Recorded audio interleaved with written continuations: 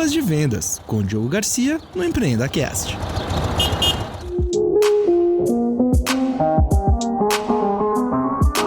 Fala, Diogão, é o seguinte, cara, como conduzir reuniões de vendas na quarentena? Dá essa dica pra gente. Fala, Gustavo, fala, sonhadores. Espero que todos estejam bem em suas casas e acho que essa pergunta é super importante porque em tempos de isolamento, para vendedores é muito difícil porque a gente está acostumado, aquelas pessoas principalmente que lidam no B2B, com o contato presencial, com as reuniões presenciais. Então é um desafio, a gente está tendo que se reinventar, inovar na forma como a gente se relaciona com os nossos clientes. E aí eu trouxe alguns pontos aqui para responder essa pergunta, tá? Primeiro é que vendas é sempre lidar com objeções. A gente lida com objeções o tempo inteiro. Faz parte da rotina do vendedor lidar com objeções como preço, time, credibilidade, urgência, enfim. Só que agora a gente tem mais uma objeção, que é a crise.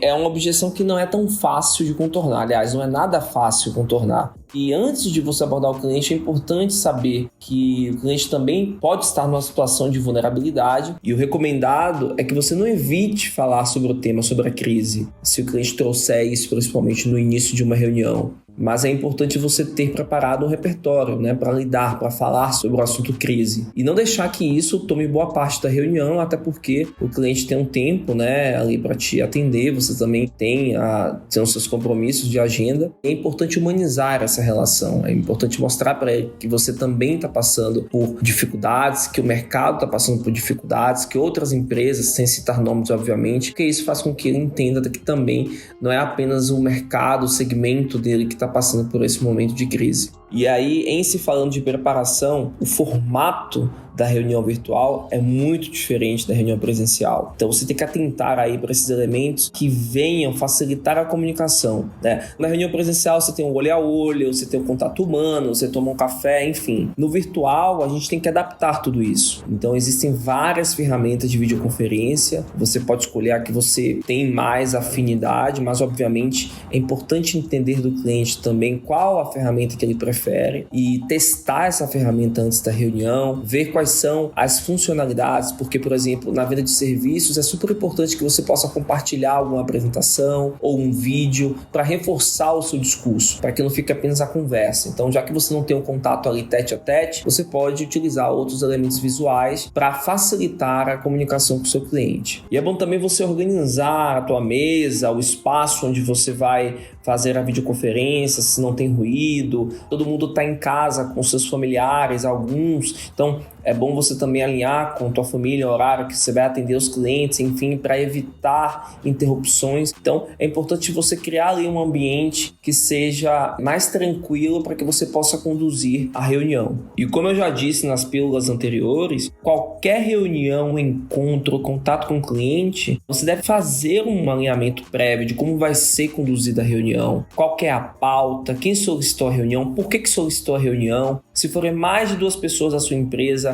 é bom alinhar o discurso, quem vai abrir, quem vai fechar a reunião, enfim. Porque no virtual é diferente, ainda mais quando você conta com mais de um participante do outro lado. Então, você vai falar, você vai ouvir. Então, você precisa organizar isso aí para não virar uma confusão.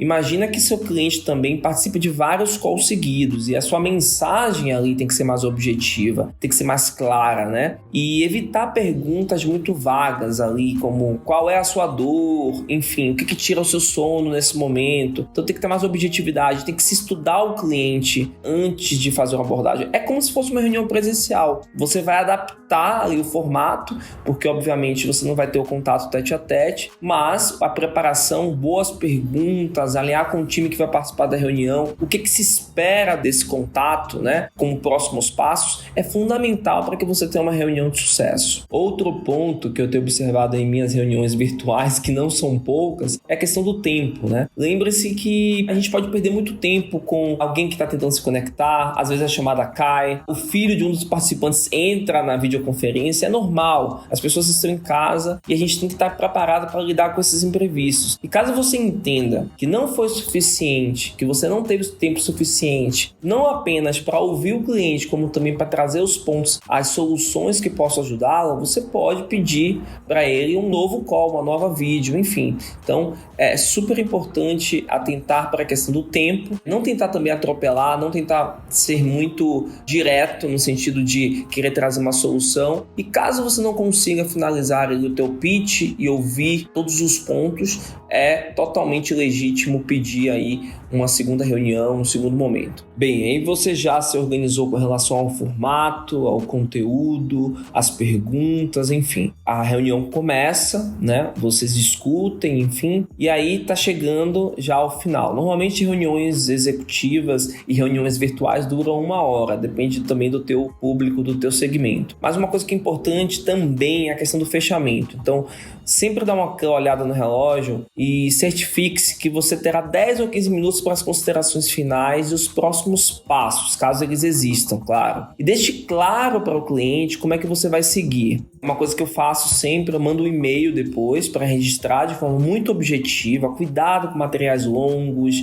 muito extensos. Lembra que o cliente ele tem sido bombardeado por informações. E o nosso papel como vendedor aqui é resolver o problema da melhor forma possível. Então, registrar isso depois por e-mail e enviar para ele ou para ela é importante aí para esse fechamento. Obviamente, o contato com o seu cliente não morre depois da reunião. Nós já falamos aqui sobre perfis sociais de cliente. É importante que você saiba como fazer o famoso follow-up, ou seja, o acompanhamento, como manter o relacionamento com esse cliente, sobretudo com conteúdo relevante, que pode ser o WhatsApp, Telegram, redes sociais, e-mail, enfim, de acordo com a preferência do cliente, como ele gostaria de seguir na interação contigo. E é o que eu sempre digo, o cliente vai lembrar daquele vendedor que tem algo interessante a compartilhar, então seja relevante para o seu cliente. E quem quiser falar mais sobre o tema, pode me acessar no Instagram, Diogo Garcia BC, B de bola, C de casa, ou no LinkedIn, Diogo Garcia Correia. Eu sigo à disposição, um grande abraço e compartilhe a nossa série do Pílula de Vendas para alguém que tenha interesse sobre o tema. Até mais!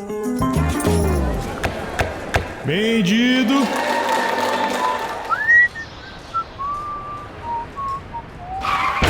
Crash Produtora.